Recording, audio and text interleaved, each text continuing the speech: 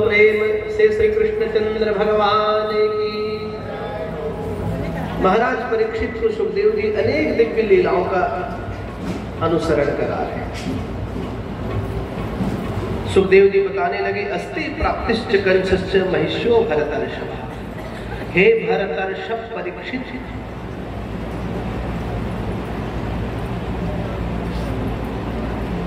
जरासंध का दामाद कंस जब मारा गया तो उनकी दोनों बेटियां थी, अस्ति और प्राप्ति।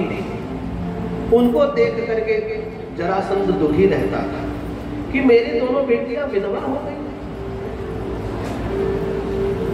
ये श्री कृष्ण ने मेरे दामाद को मार डाला, मैं उससे बदला दूंगा। द्वेष रखते थे, असूया का भाव रखता था और बड़ी विशाल सेना लेकर के जरासंध मथुरा में आक्रमण कर दिया। वर्णन आया है कि जरासंध 23 अक्षौहिणी सेना लेकर के मथुरा पर आक्रमण किया। अक्षौहिणी सेना, कभी आप लोग महाभारत धारावाहिक देखे होंगे तो उस समय अक्षौहिणी सेना का नाम सुने थे, किंतु अक्षौहिणी सेना में कौन कौन क्या क्या होते हैं इसका वर्णन आपको संभवतः पता ना हो। महाभारत ग्रंथ का अवलोकन करने पर इसका ज्ञान होता है कि एक अक्षौहिणी सेना में 21,870 रथ होते हैं। प्रेम से बोलो श्री राधा। कैलकुलेटर निकाल करके गणना करना शुरू कर दीजिए, एक सेना में कितना? 21,870 रथ, 21,870 हाथी, 65,610 घोड़े और 1,09,350 पैदल सिपाही एक अक्षौहिणी सेना में। और वो 23 अक्षौहिणी सेना लेकर के आते थे, मतलब 5,30,100 सैनिक एक बार में लेके आता था जरासंध। प्रेम से बोलो श्री राधे। कितना सूक्ष्म गणित महर्षि वेदव्यास ने बताया।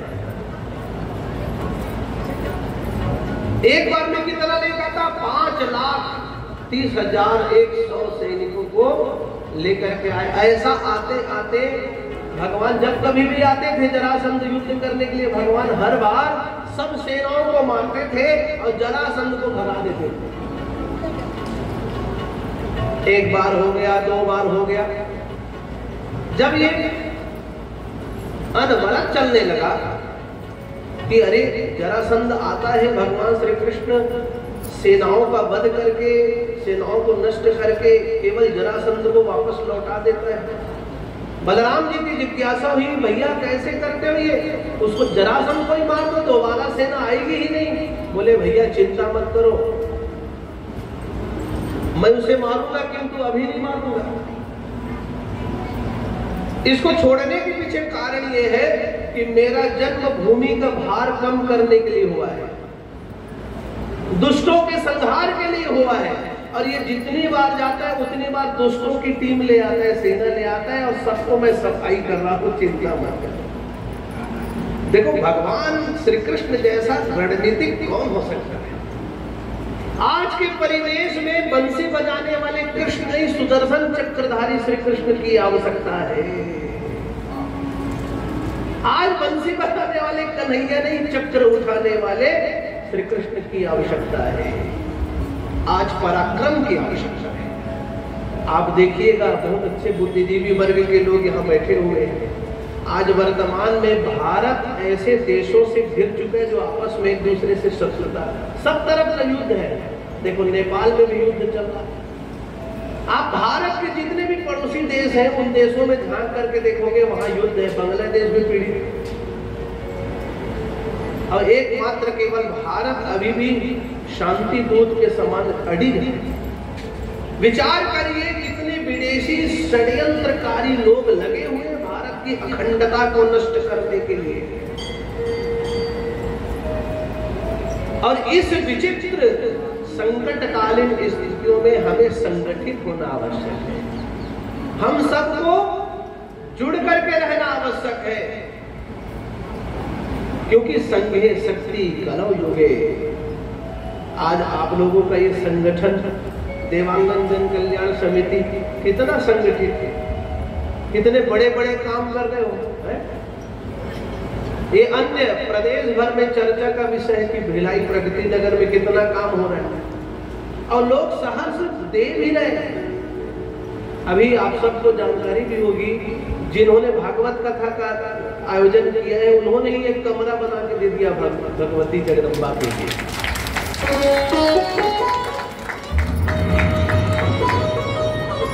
9-9 लाख का कमरा किसके लिए है? आप लोगों की सेवा के लिए, माता जगदम्बिका के लिए अर्पण किया। और आज इस नवरात्र में वहां ज्योत भी जल रहे हैं। अब माता परमेश्वरी के दरबार में ज्योत जलाने के लिए कमी नहीं है। अब आप ये मत सोचना कि इस बार स्थान फुल हो गया कि संदेश नहीं आएगा। पहले पाओ 2 कमरा भी स्टॉक में रखा है। और किसी और भक्त को हम भागवत के व्यासपीठ से निवेदन करते, आह्वान करते हैं कि कोई सामाजिक व्यक्ति और है खाली पड़े, यहाँ पर भी कमरा बनाओ और माता का ज्योत जलाओ।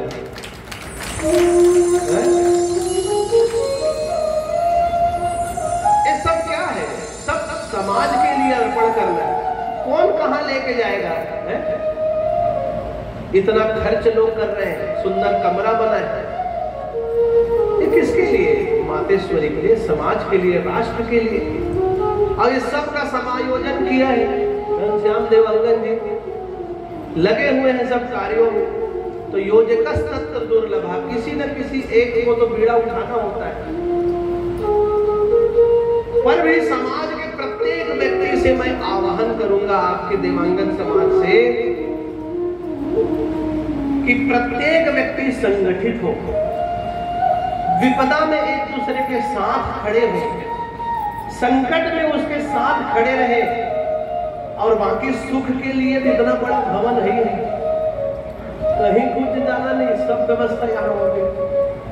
संघे शक्ति कलौ युगे, कलिकाल में संगठन में ही शक्ति है भैया। एक दूसरे का सहयोग करो, एक दूसरे का दुख बांटो, एक दूसरे के कार्य में सहभागी बनो। भैया कंधे से कंधा मिला करके चलोगे ना तो बड़े से बड़े रास्ते को तय कर लोगे। इसलिए संगठित रहो। समाज आपका है, राष्ट्र आपका है। आज भारत को संगठन की आवश्यकता है। जरासंध युद्ध के लिए सेना लेके आते और भगवान श्री कृष्ण सब सेना का संहार करते थे। 1 बार 2 बार 3 बार 17 बार जरासंध आया। याद करिए, हमारे बड़े बुजुर्ग सब बैठे हैं, 17 बार भारत के मंदिरों को लूटने के लिए कौन आतताई आया? गजनवी का नाम सबने सुना है। सोमनाथ मंदिर को लूटा। पता था कि भारत सांस्कृतिक विरासत से युक्त है। भारत की जनता का प्राण उनके धर्म पर है, उनके देवस्थानों पर है। इसलिए जितने आतताई आए हैं वो मंदिरों को पहले लूटे। ऐसा अवसर दोबारा भारत में नहीं आएगा। ऐसा हम संकल्प लेते हैं। हम तो अधिक से अधिक मंदिर बनाएंगे। जैसे माता परमेश्वरी का मंदिर यहाँ बना है, ऐसी हर जिले में, हर प्रांत में मां परमेश्वरी विराजेगी। ऐसा संकल्प बना के चलते। मंदिर हमारी प्रतिष्ठा है, मंदिर हमारी पहचान है, हमारी विरासत है। जरासंध 17 बार आया।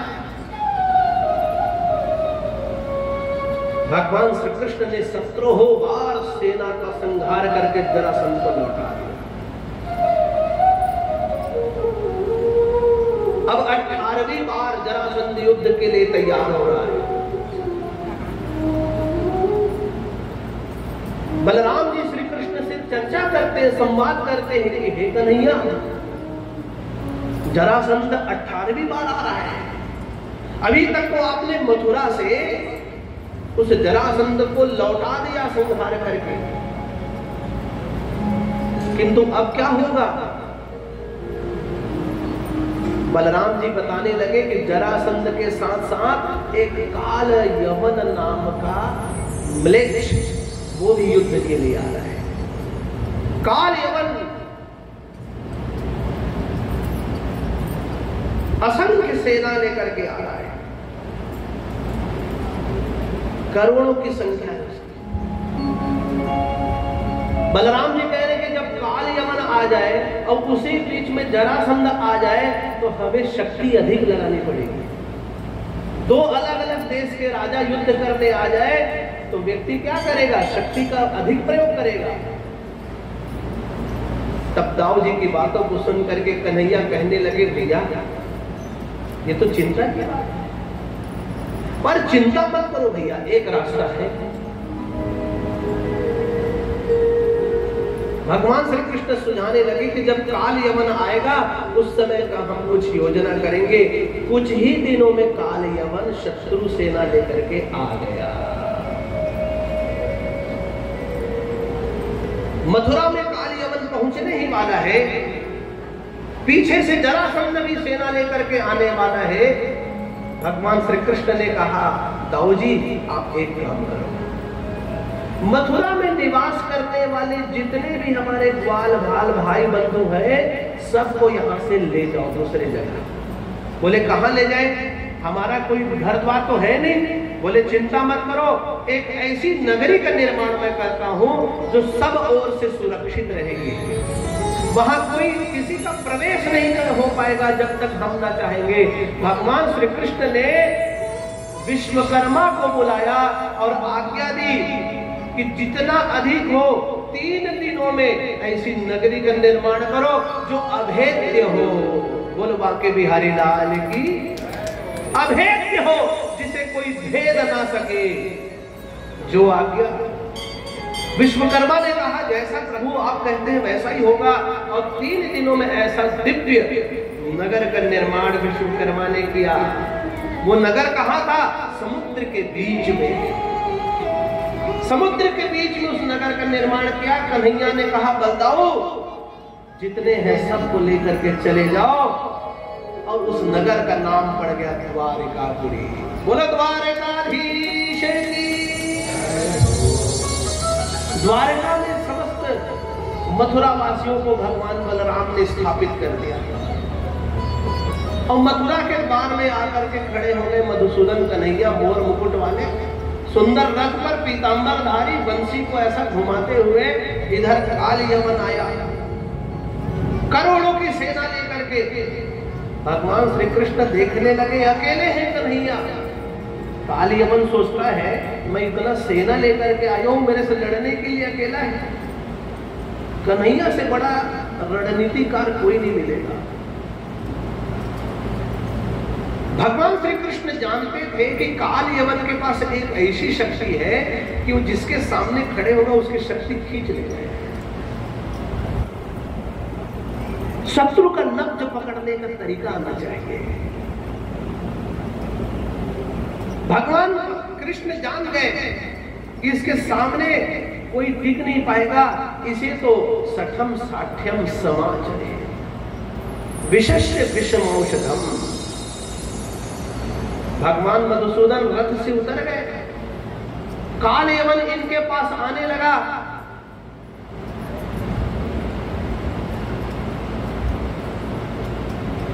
काल यवन को देख करके भगवान श्री कृष्ण उनके सामने से भागने लगे। अब देखो कितनी बड़ी नीति। सामने शत्रु खड़ा है और कन्हैया उनको देख करके सामने से भागने लगे। अरे अरे तू कहां जा भाग रहा है? तेरे बारे में तो बड़ी बड़ी बातें सुनी है, तू कहां भाग रहा है रे? कन्हैया फिर पलट के देखे, अरे मुझको पकड़ के तो बता, फिर युद्ध होगा। भगवान चिढ़ा दिए, उलाहना कोनो चिढ़ा दे तो गुस्सा का स्पीड लगे है। अगर कोनो गति बढ़ाने चिढ़ा दे हो जाए कैसे डॉक्टर साहब? सारा शक्ति लगा देगा और चिढ़ा दिए, इतने में गति उसकी बढ़ गई। भगवान श्री कृष्ण भागने लगे पीछे पीछे। काल यवन रुक रे,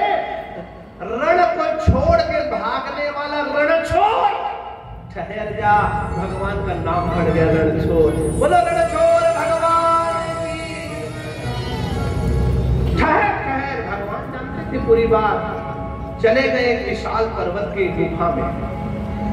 अरे ये कहां घुस गया? भगवान श्री कृष्ण गुफा के भीतर प्रवेश कर गए। और पीतांबर दुपट्टा, एक दुपट्टे को इक्ष्वाकु का बेटा मानधाता का बेटा मुचकुंद सो रहा था। सतयुगी पुरुष मुचकुंद सो रहा था, उसके सोए हुए ऊपर में अपना दुपट्टा बिछा दिया, उड़ा दिया उसको चादर की भांति, और पीछे छुप गए। भगवान श्री कृष्ण छुप गए पीछे। काल यवन भीतर प्रवेश किया। अच्छा, युद्ध से भाग करके, रण की भूमि से भाग करके गुफा में आराम कर रहा है। अभी तेरे आराम को हराम करता हूं, अभी तुझे दंड देता हूं। बड़ी जोरों के पैरों से एक प्रहार किया। काल यवन को लग रहा है यही कन्हैया सो रहा है। जैसे ही प्रहार किया तो एक सतयुगी पुरुष उठने लगा। बड़ी लंबी लंबी दाढ़ी थी, शरीर कृष्णकाय, बहुत विशालकाय शरीर। जब उठने लगा और सामने देखा कि काल यवन है, देखने मात्र से काल यवन धू धू करके जलने लगा और जल करके भस्मीभूत हो गया। बोलो बाल मुकुंद भगवान की। भगवान श्री कृष्ण खड़े हो गए पीछे से। जय हो मुचकुंद, जय हो।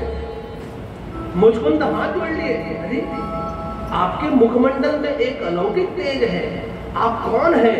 मुचकुंद ने कहा। भगवान श्री कृष्ण ने अपना दिव्य स्वरूप दिखाया नारायण का। हाथ जोड़ लिया मुचकुंद ने, प्रभु कृपा कीजिए। इधर महाराज परीक्षित सुखदेव जी पूछने लगे, महाराज ये क्या बात हुई? लेटा हुआ व्यक्ति आंख खोला तो ये काली यवन जल करके भस्म होगा। ये थोड़ा वृत्तांत हमको सुनाइए महाराज, कैसे हुआ? सुखदेव जी बताने लगे, भैया इस सतयुग में एक बार देवासुर संग्राम हुआ। उस देवासुर संग्राम में देवताओं की ओर से सैनिकों की आवश्यकता पड़ी। तो देवराज इंद्र धरती लोक का प्रतापी राजा मुचकुंद को बुलाए कि मुचकुंद आप आओ, हमारे ओर से असुरों के साथ युद्ध लड़ना। देखो पुराने समय में धरती लोक से राजा को स्वर्ग में बुलाया जाता था। आज हम कब जाथन स्वर्ग? कब जाथन स्वर्ग बताओ? बोलो आएगा स्वर्ग के घूम के देवता मन के सहायता करके? तो बताओ गे रे हो महाराज, 2 दिन रुक के आए हो ऐसे। आज हम स्वर्ग जब सब हो जाते तभी फोटो कागज में लिखा लिखे स्वर्गीय पूछो राम। देखो कपूर नाम वही अन्यथा नहीं होगा, स्वर्गीय लिखा लिखे। तो स्वर्ग के देवता भी धरती लोक के प्रतापी राजाओं को बुलाते थे। इतना प्रताप था। भारतवर्ष के धरती लोक के राजाओं का सहायता करने जाते थे। ककरो इच्छा हुई थोड़ा सहयोग करे पर जाना है महाराज, तब बताओ थोड़ा खबर भेजू ऊपर डाल।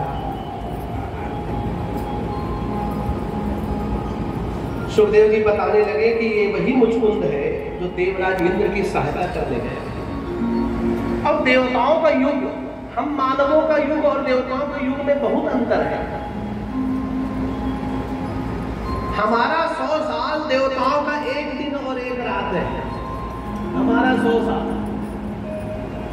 अब उन स्थितियों में भयानक जब युद्ध हुआ देवताओं और असुरों का, और असुरों का जब हार पराजय हो गई, इंद्र आदि देवताओं का विजय हो गया, तो इंद्र ने कहा कि महाराज मुचकुंद अब हम लोग विजयी हुए, आप हमारा सहयोग करने आए थे, अब पुनः अपने धाम धरती लोग चले जाओ। बोले ठीक है महाराज। यदि आपको कुछ हमसे इच्छा है, वरदान चाहते तो मांग लो। बोले महाराज मैं बहुत थक गया हूं, युद्ध करते करते बहुत थकान हो गई है, मुझे विश्राम करना है। मैं अपने परिवार वाले कोई मुझे व्यथित ना करे, मैं बहुत आराम से निद्रा लेना चाहता हूं। तो देवराजेंद्र ने कहा कि महाराज मुचकुंद, तुमको परेशान करने वाला कोई नहीं मिलेगा। बोले क्यों? जितने दिन तक युद्ध हुआ उतने समय में धरती लोक में कई युग निकल गए, और तेरे जितने वंशज थे वो सब के सब काल के गाल में समा गए हैं, कोई बचा ही नहीं तुम्हारा। अरे तो कोई तुमको डिस्टर्ब नहीं करेगा, काल बने सुखदेव में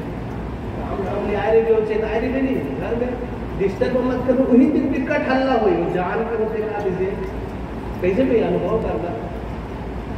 आज हमें डिस्टर्ब नहीं करना, इसी चिता वो दिन जान के मातारी दाई बनो, काका जोर जोर से बजाही, बर्तन ना गिलास लड़का मतलब चिल्लाई हंस। बोले तुमको कोई परेशान नहीं करेगा, व्यथित नहीं करेगा, आराम से निद्रा लेना। बोले ठीक है महाराज। अब सब चले गए, हम आपको आशीर्वाद देते। इंद्र जाते जाते बोले तो कुछ नहीं थे, हमको निद्रा बस चाहिए, आराम करना है। बोले ठीक है, हम आपको वरदान देते हैं, आप अच्छे से शयन करोगे, निद्रा लोगे, और कोई यदि अनायास आपको उठा देगा, आपकी दृष्टि पड़ते ही वो जल करके भस्म हो जाएगा। आशीर्वाद दे दिया। ये वही मुचकुंद था जो गुफा में सो रहा है। कई पुराणों में ऐसा वर्णन आया कि वही मुचकुंद भगवान की भक्ति का समय उनको पर्याप्त नहीं मिल पाया, तो कलियुग में नरसिंह मेहता के रूप में जन्म लिए। ऐसा कई पुराणों में वर्णन आया। बहुत भगवत भक्त थे वो। बोलो बांके बिहारी लाल की। तो इस प्रकार भगवान श्री कृष्ण ने अनेकों दिव्य लीला को पूरा किया।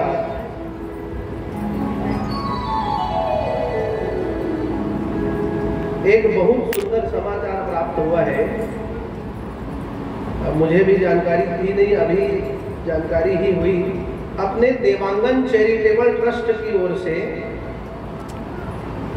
जो पवित्र धाम है, जिसे हम 4 धाम की श्रेणी में भी लेते हैं और मोक्षदायी पूरी मानते हैं, अयोध्या, जहां भगवान श्री राम लला विराजमान है, उस पवित्र अयोध्या धाम में देवांगन चैरिटेबल ट्रस्ट की ओर से माता परमेश्वरी का मंदिर और 100 कमरे का विशाल धर्मशाला बनाया जा रहा है।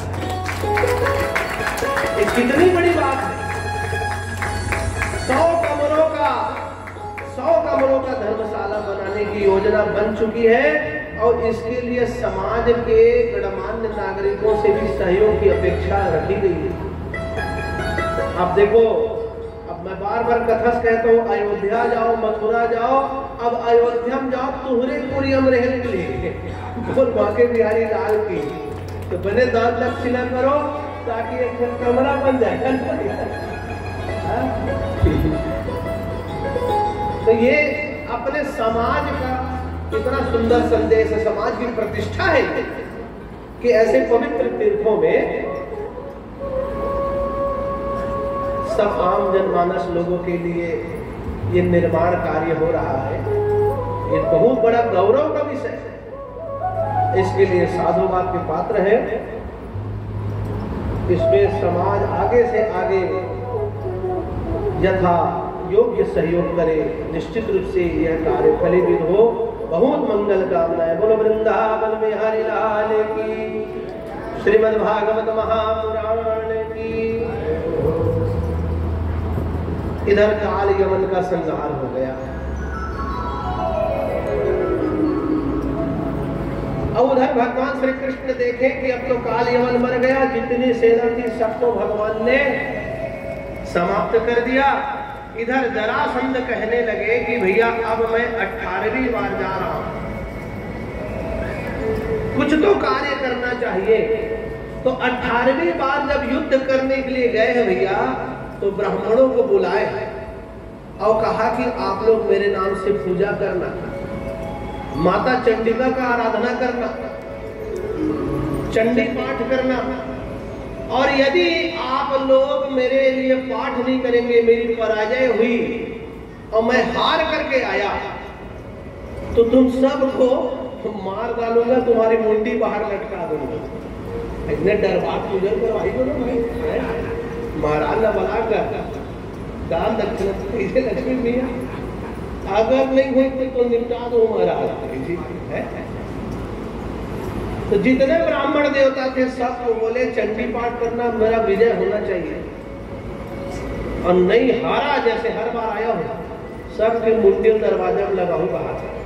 अब महाराज मंडल आ गए भैया, हम अल्लाह को लोहन का दक्षिणा दे के बुलवा है, चिंता की बात नहीं है।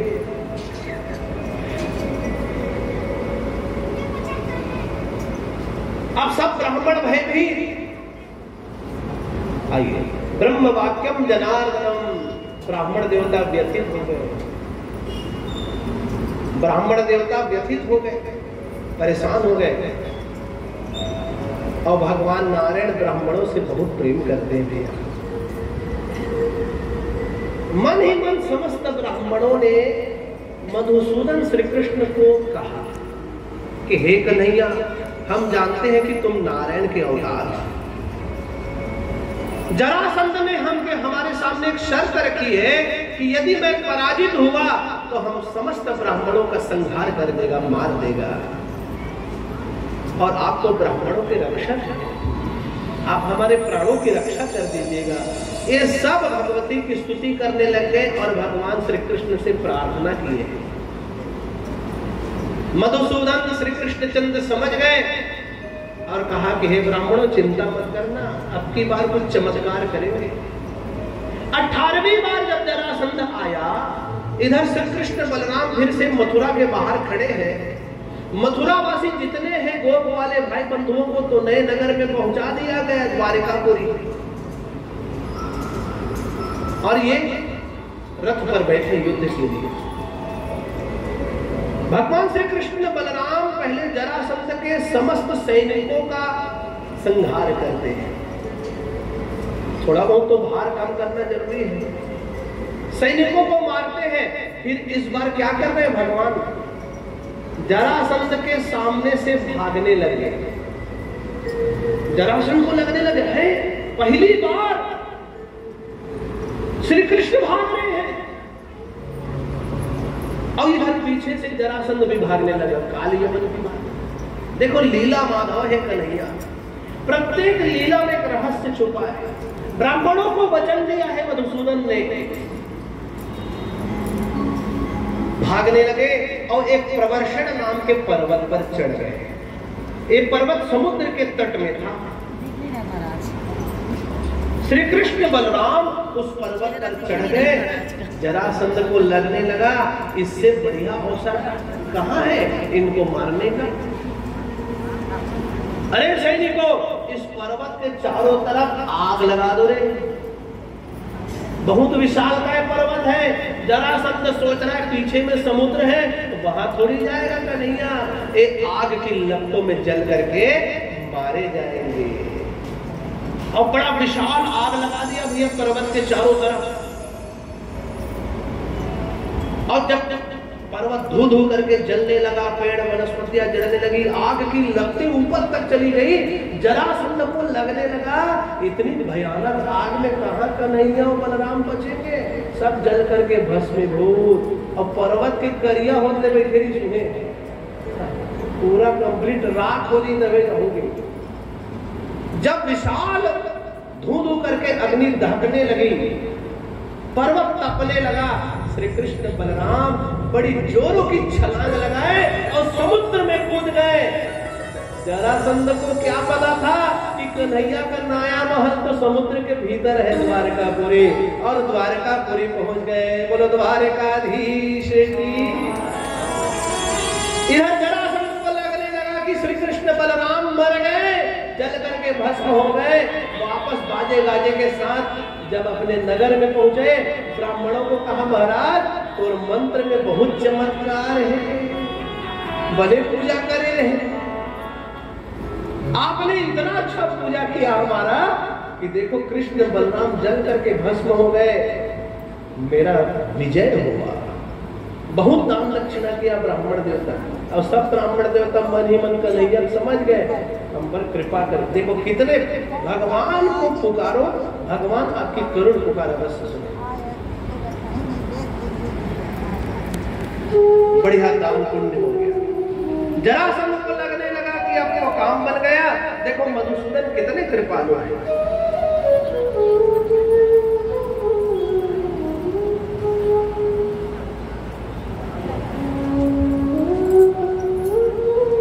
भगवान श्री कृष्ण अब द्वारिका में रहने लगे। द्वारिका में भी द्वारिका के राजा अपने नाना उग्रसेन को बनाया। मथुरा का भी राज उग्रसेन को दिया। द्वारिका नगरी बनाने के बाद भी द्वारिका के राजा नहीं बने कन्हैया। कहने लगे कि नाना, हे नाना जी, हम वृष्टिवंशी यादवों को शाप मिला है। भागवत की कथा में इतिहास में जाएंगे तो यादवों को शाप मिला, राजा नहीं बन सकते। राजा बनोगे शाप हो जाओ। कन्हैया जानते थे बात, बोले हम लोग राजा नहीं बन सकते, हम लोग को शाप मिला है। इसलिए राजा तो नाना जी आप ही होंगे, मैं आपकी द्वारका नगरी का अधिष्ठात्र रक्षक द्वारपाल हो जाऊंगा। भले ही लोग मुझे द्वारकाधीश कहने लगे। बोलो द्वारकाधीश की जय। द्वारका के अधिपति को धीश कहते हैं और द्वारका के महाराज है तो उसे। बढ़िया सुंदर आनंद का वातावरण। आप इधर आ जाइए। अपने अविनाश शर्मा जी हैं, खैरागढ़ संगीत विश्वविद्यालय से आप गायन के अच्छे आचार्य हैं। आपको भी बुलाया गया है आज की भगवती की वैवाहिक प्रसंग में।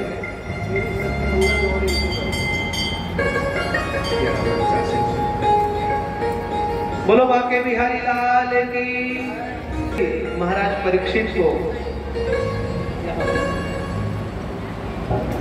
परीक्षित को अभी रुक रही दिव्य कथा का रसपान करा रहे हैं। इधर द्वारकाधीश कन्हैया हो गए। समय बीतने लगा। एक दिन की बात है,